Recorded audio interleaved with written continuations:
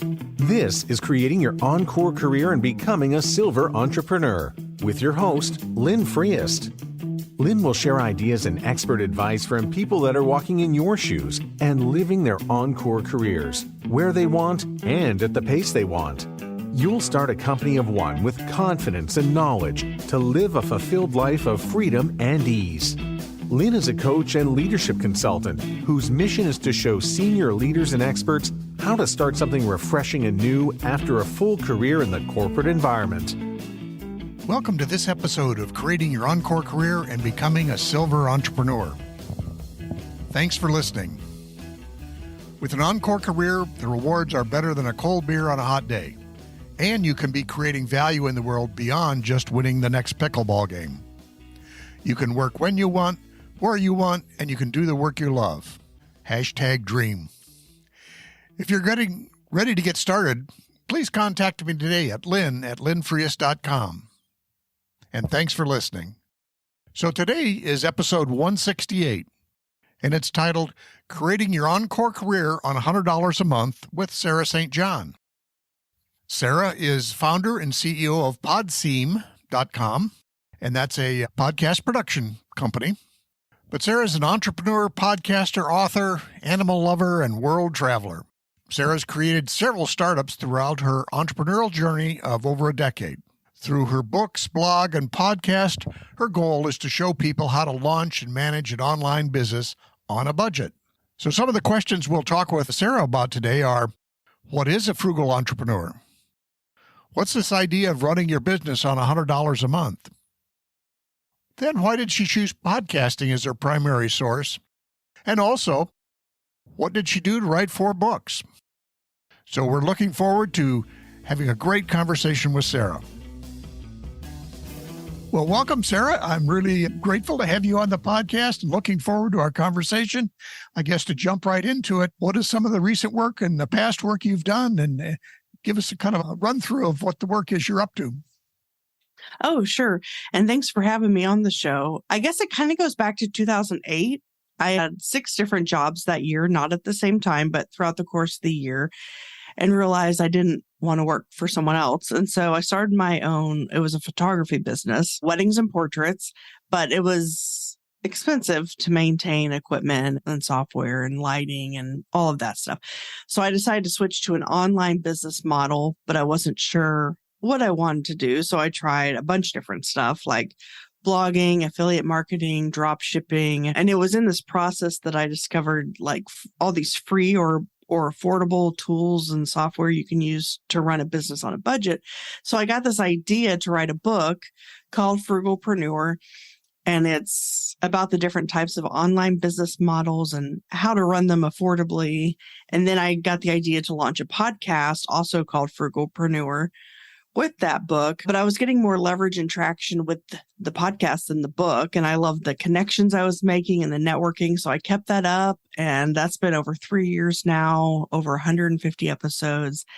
And I've written a total of 4 books now, working on a podcast course, have a podcast production agency now. But yeah, it took over a decade of trying this, that, and the other thing to finally find my niche. And I think that's exciting too, that as you talked about that frugal entrepreneur, I think that's a great idea. Again, for people who are starting an encore career, often while they have resources, they can often be reluctant to spend a lot of money right away.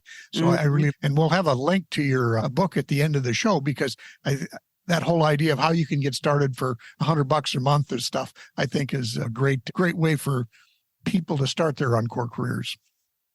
Yeah, definitely. Yeah, I think like you said, a lot of people just assume that it's expensive, and it can be if you make it. But for an online business in particular, it doesn't have to be expensive. And I maintain my online businesses for under $100 a month. So I think it's pretty attainable. So do you utilize a variety of tools, the free versions of them and things like that? Or yeah, basically, I'm always researching and doing like pros and cons to different software. I don't know, maybe I'm just weird like that, but I usually use the free version of something until it gets to the point where I have to upgrade because of whatever it might be. And there's a lot of software I still use that I haven't had to upgrade yet, and I'm still on the free plan.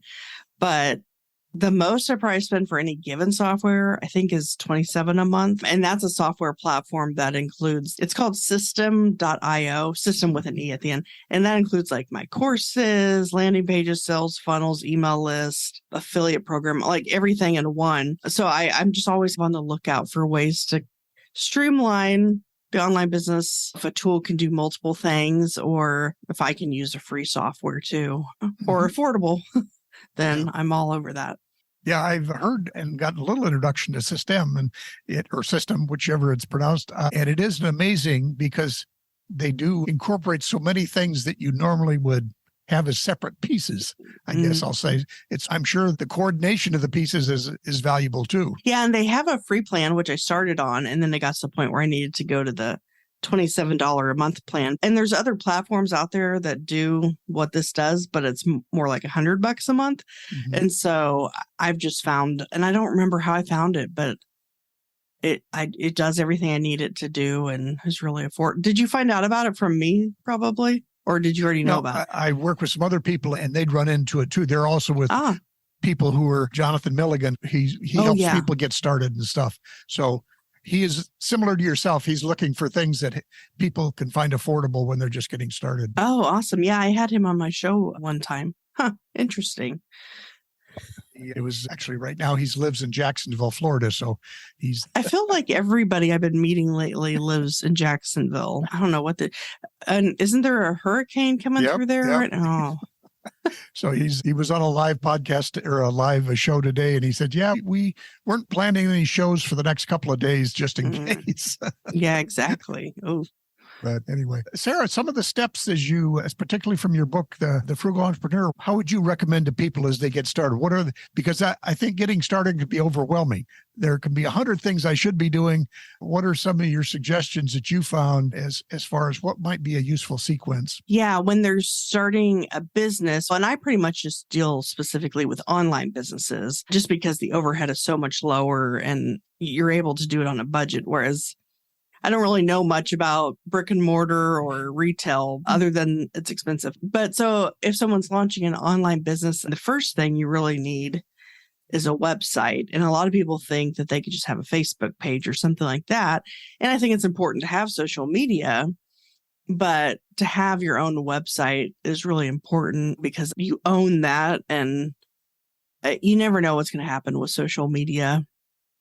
And the algorithms are always changing. And so, yeah, definitely a website, which you would need a domain then for, which domains are anywhere from $1 to $15 a year on average.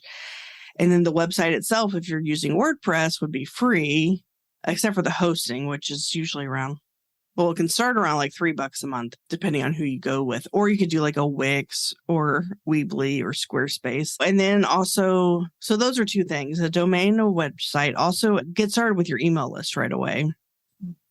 And you would use an email service provider for that, which some of them are free. I use SendFox, which especially for someone who's doing podcasts or blogging or YouTubing, that's a really awesome platform because you just put in your RSS feed and it automatically generates a weekly newsletter for you with your latest podcast episode or whatever. And that's free up to a certain number of subscribers. There's other ones too, like MailerLite. But basically, and then you would need to create some kind of lead magnet or lead generator that you would put on your website, or if you're like a guest on podcasts, something, a link where people can go to get either a free ebook or a cheat sheet or a template or something that they can like download basically in exchange for their email address to join your email list. And then you can market to them that way. So those are like the three things that you really should get set up right away. And then from there, it depends on what type of business you're doing as to what other maybe software you might need. Sure. As I think of my ideals and stuff, it's people who have had long corporate careers, probably have some expertise, but now they want to leave the corporate life. And as I say, they want to work when they want, where they want, and do the work they love. So they've got some expertise that they'll be marketing. But that leads me into another thought that you chose podcasting. And what were some of the reasons that you said that, hey, I think podcasting is a good vehicle for me to get going in this online business? Yeah. So it accidentally, in a way, I intentionally started the podcast to coincide with my first book as like an extra marketing lever. But it was only going to be like 10 episodes. But I was just making so much more progress with it than I expected and was enjoying it a lot more than I thought I would. And I just kept it going and have found that the exposure is pretty good. People can find you if they're already listening to podcasts, they can find you in search engines by like in a podcast directory app, searching different key terms, or especially if you have your own podcast, I recommend also being a guest on other shows. Because obviously, if someone's listening to that person's podcast and then they know that you have a show, they're more likely to check out your show. So that's another way of getting your podcast out there.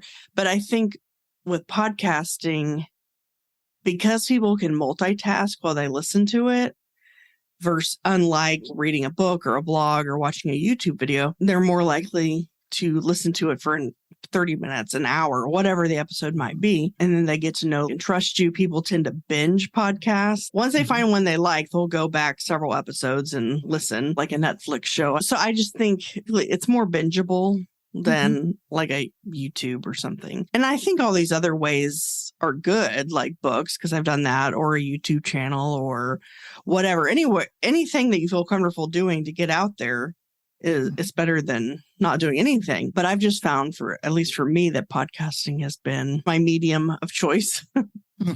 Sure. I have a good friend that does my production, Danny Osmond, but he says there's really no other medium where you get a chance to actually talk with somebody for 30, 40 minutes. Most of the other, whether it's social media, even YouTube, you don't have their people's attention for that long. So you do have a better chance to really have people get to know you, I think, in a podcast. Yeah. And it's also a good way, if you're doing an interview style show, to get people on your show that maybe you've looked up to or would like their opinion or advice on something. And I mean, because like with some of the people, for example, that I've gotten on my show, or even people that I'm trying to get on my show that I know have done podcasts in the past, if you were to call up their office and be like, hey, can I have an hour of your time or even 5 minutes? You'll either get no response, you'll get a no, or you'll get, yes, it's going to cost you $10,000 or however much it would be. But if you have a podcast and say, hey, would you like to come on my show?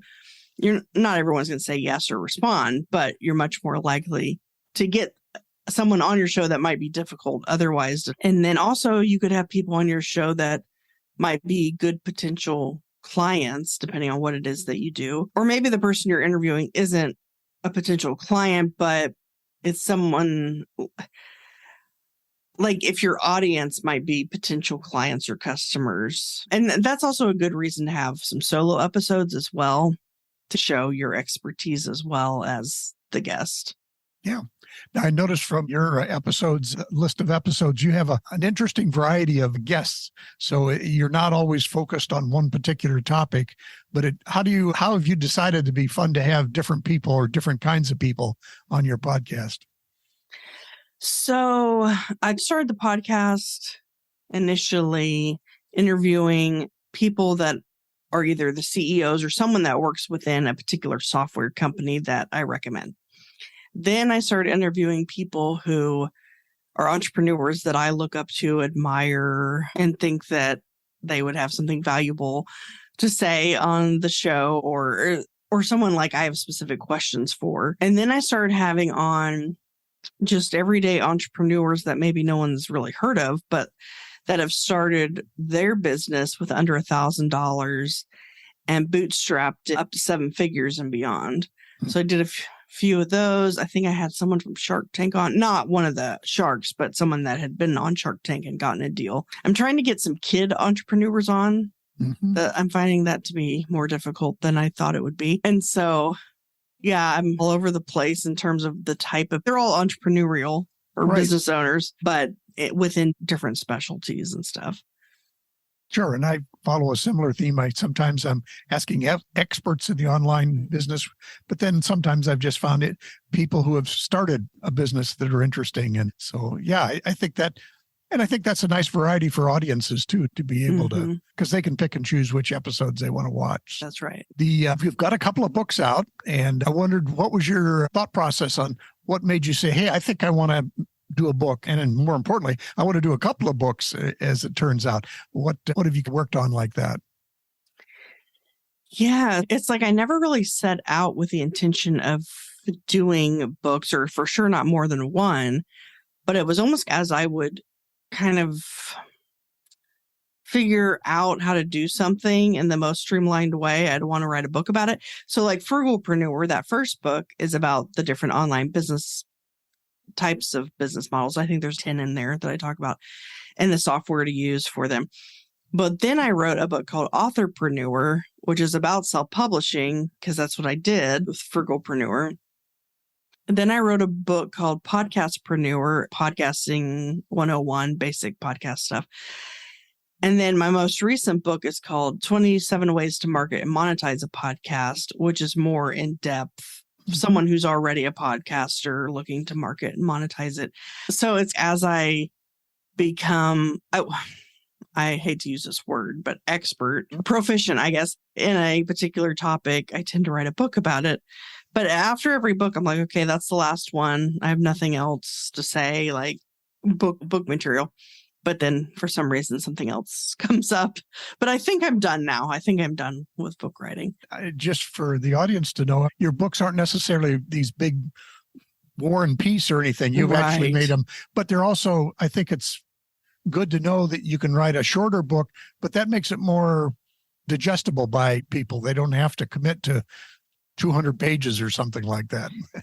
Yeah. So all of my books, I think, are around like 70 to 80 pages. So you could probably read them in 45 minutes, maybe an hour. And that wasn't necessarily intentional. It just kind of happened with the first few, because I don't put a whole lot of fluff in my books. It's just very boom, get to the point. But then I started realizing like people actually liked that they were short and you could read them in one sitting. So I'm like, oh, okay. And actually, now that's like the thing to do, apparently, is at least if you're using the book as like a lead magnet or something to get more business, then it's recommended actually for it to be under 100 pages.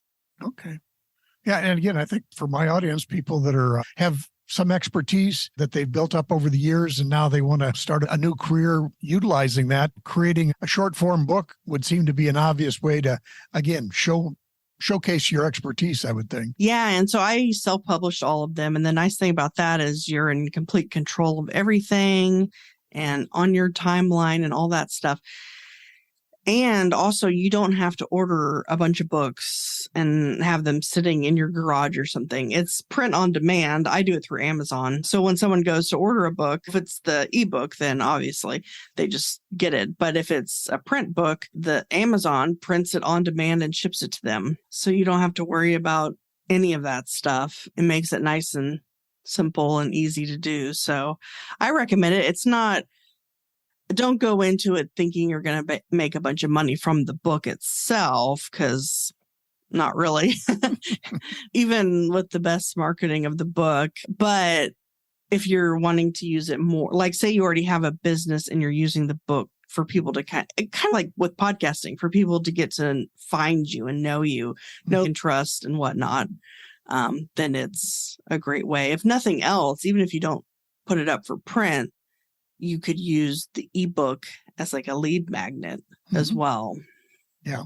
I know I have a friend, she's a speaker, but she had a small book and she kind of used that to help sell her speaking, or her business is really speaking. But by having a small book there, that gave her some authority. Yeah. And that most recent book that I wrote, I wanted to get it done and I did, just barely, in time for a podcast conference that was a month ago. And I did print up 100 copies. I'd never done that before. And I can get them at cost, which is, I think it's $3 or something like that. And I would just hand them out to people. I wouldn't be standing there handing them out. I would have a conversation with somebody, just naturally run into them in the hall or who knows. And then I would say, hey, I wrote a book about this. Would you be interested? Here's a copy. They didn't have to pay for it or anything. I think I'll probably do that for any other like podcast conferences I go to. I think people like having something tangible. Yeah. And then, like you say, then they, more than just a simple business card, it's something Right. they can actually, like you say, get to know you a little bit more, even after a short conversation. Yeah, because people throw away business cards, but they're not likely to throw away your book. Yeah.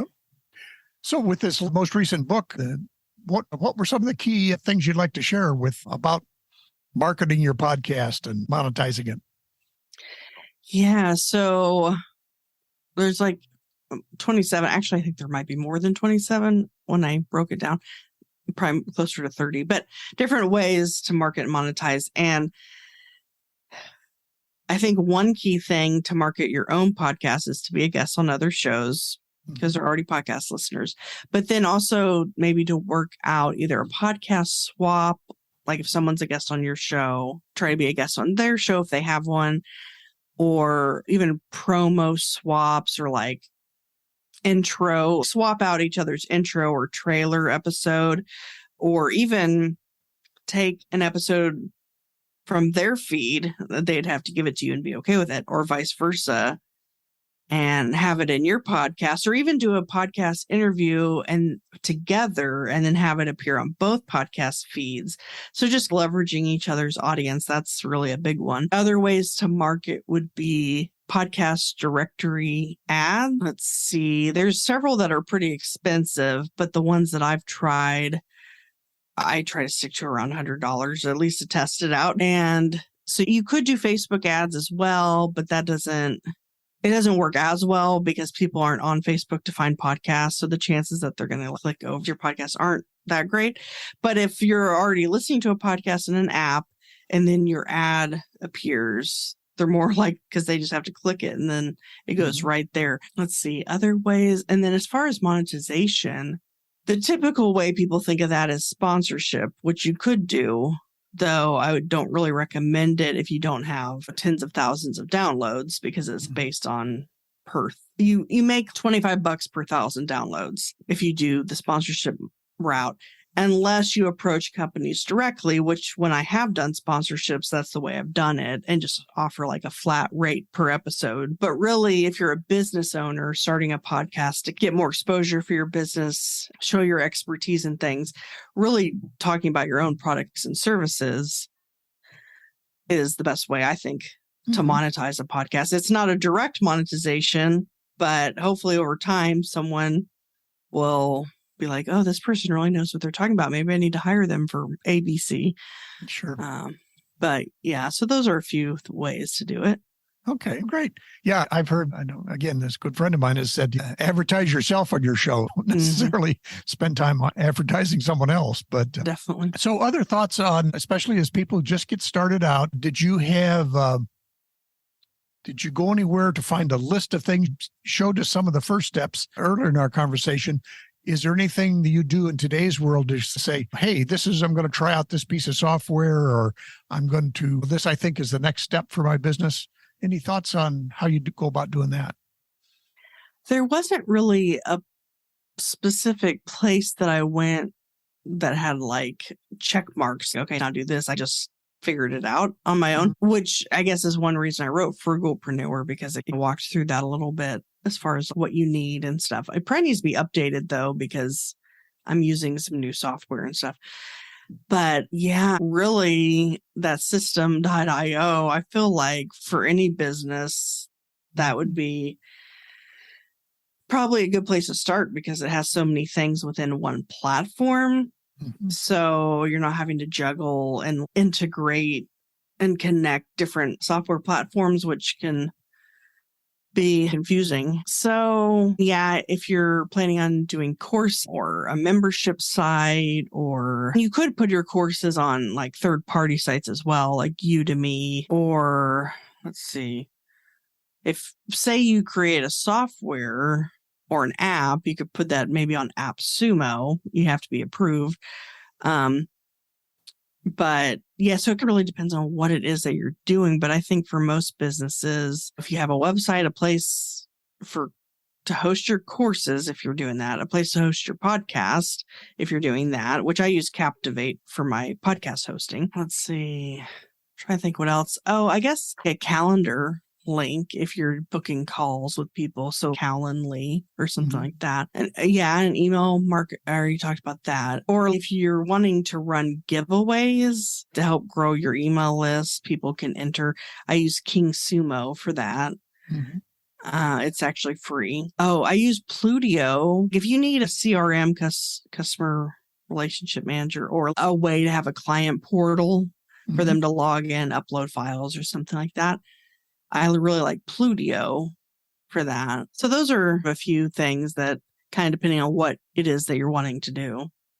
Okay. You mentioned courses and stuff. How are you thinking about either creating courses or doing it in the future? What are some of the things you like about having courses provided, even if you're technically a podcaster where you're teaching all the time? But yeah, so I just started creating a course myself. So I don't have a whole lot of experience with it yet. Basically, and it's about podcasting. It coincides with the book, my latest one, but it goes more in depth. It has walkthroughs of some of the different things I mentioned in the book, like the different podcast advertising platforms and things like that. So yeah, I mean, there's a bunch of different like course software, like Teachable, Thinkific, Kajabi, Kartra, whatever. I use System. I don't know how it's pronounced either. But yeah, usually it consists of like videos of you just record, like, each video. Actually, I think it's recommended that each video is for sure under a half hour, but closer to 5 or 10 minutes. And that it's better to have multiple videos that are 5 or 10 minutes than having an hour-long video. So that's something to keep in mind. And then any kind of cheat sheets or templates, or I have a lot of like Airtable templates and like different trackers and stuff that I've included. Yeah. So there's so many different things you could offer with a course. And I know I thought about this myself, and I've talked with others. They say, well, if I'm doing podcasting, I'm giving away all my intellectual property. But my thinking has come around to say, no, I'm giving at least the first steps, but later on, the course can really help fill in more of the information later on. And I think you don't have to worry about what you say in the podcast. And the other thing is, as people have told me, is people aren't going to self-organize while they could learn everything from every podcast, they don't know how to organize it. So the fact that you do the organization actually makes it easier for people to learn from you. Yeah, that's true. The organization. And also, if there's something you might talk about on your podcast, but it's something that would be better explained with a video, a more visual thing, then that. And that's why I decided to create a course, is because some of the stuff I talk about in the book, I can go much more in depth if I can do screen sharing and stuff like that. Yeah. Oh, I could agree. Even in my business of sharing with people, the fact that I could create some visuals really help, I think, people. It's one thing to talk through, say, even a framework for starting a business. It's another thing to actually have some sort of a visual representation that you can actually show the steps. And so I think visual is always a nice add to a podcast, I'll say. Definitely. We will include links to your books and your website, whatever, and certainly to your latest book. We'll have those there. Any other thoughts as far as for people who are, again, people who are starting out may not be as tech savvy as younger people? Any thoughts that you'd share with them as they try to get pushed through the fear of getting started? Oh, yeah. Yeah, I guess the hardest part is just getting started. The first thing is figure out what it is you want to do, like what your topic is going to be, regardless of what you're doing. And then what medium or platform do you primarily want to get that out in? Is it a podcast, a blog, a course, coaching and consulting, a YouTube channel? There's several different ways to go about it. So once you figure that out and then have the basics in place as far as like a domain and a website and all of that, for one, avoid shiny object syndrome, which is something that all entrepreneurs, I think, face. Once you know what you want to do, then just go for it. Don't get distracted with a bunch of other things like I did in the beginning. And then also realize it doesn't have to cost $1 million or even 1,000 to start an online business. And yeah, if you're not sure on what software you want to use, I just recommend like searching for options that have a free plan. There's some things that are paid that have a free trial, which is better than nothing. You can at least try something out for 2 weeks usually. But if there's a free plan, that's just always free. It's just a limited version. I recommend doing that and seeing if it's even something you need. And if so, will the free plan be enough? Yeah. And just taking baby steps, but not like waiting a month in between every single step, like maybe a step a day or a step a week. And then another thing I think that entrepreneurs, or at least I know I have struggled with, is spending all this time learning stuff, which is important to do, whether you're learning through podcasts or courses or books or whatever. But at a certain point, you need to implement what you're learning, because if you just learn a whole bunch of stuff and don't implement it, by the time you need to implement it, you will have forgotten, or you just never will. And then it was pointless. Yeah. And then, so I know you're going to include links, but in case someone doesn't go there, the link for my latest book, a free version, is podseam.com/free book. That's podseam.com/free book. And then my main website is thesarahstjohn.com. And actually my first 3 books are free as well. If you go to thesarahstjohn.com/free. I believe it's still up there. That's Sarah with an H, STJOHN. Okay. Great. And we'll include those pieces in there and in the show notes and stuff. So appreciate that. And that's, I like this last piece, especially because, again, several times I've had to, one, refocus and kind of, in a sense, stay in the lane I've chosen rather than going down 5 lanes.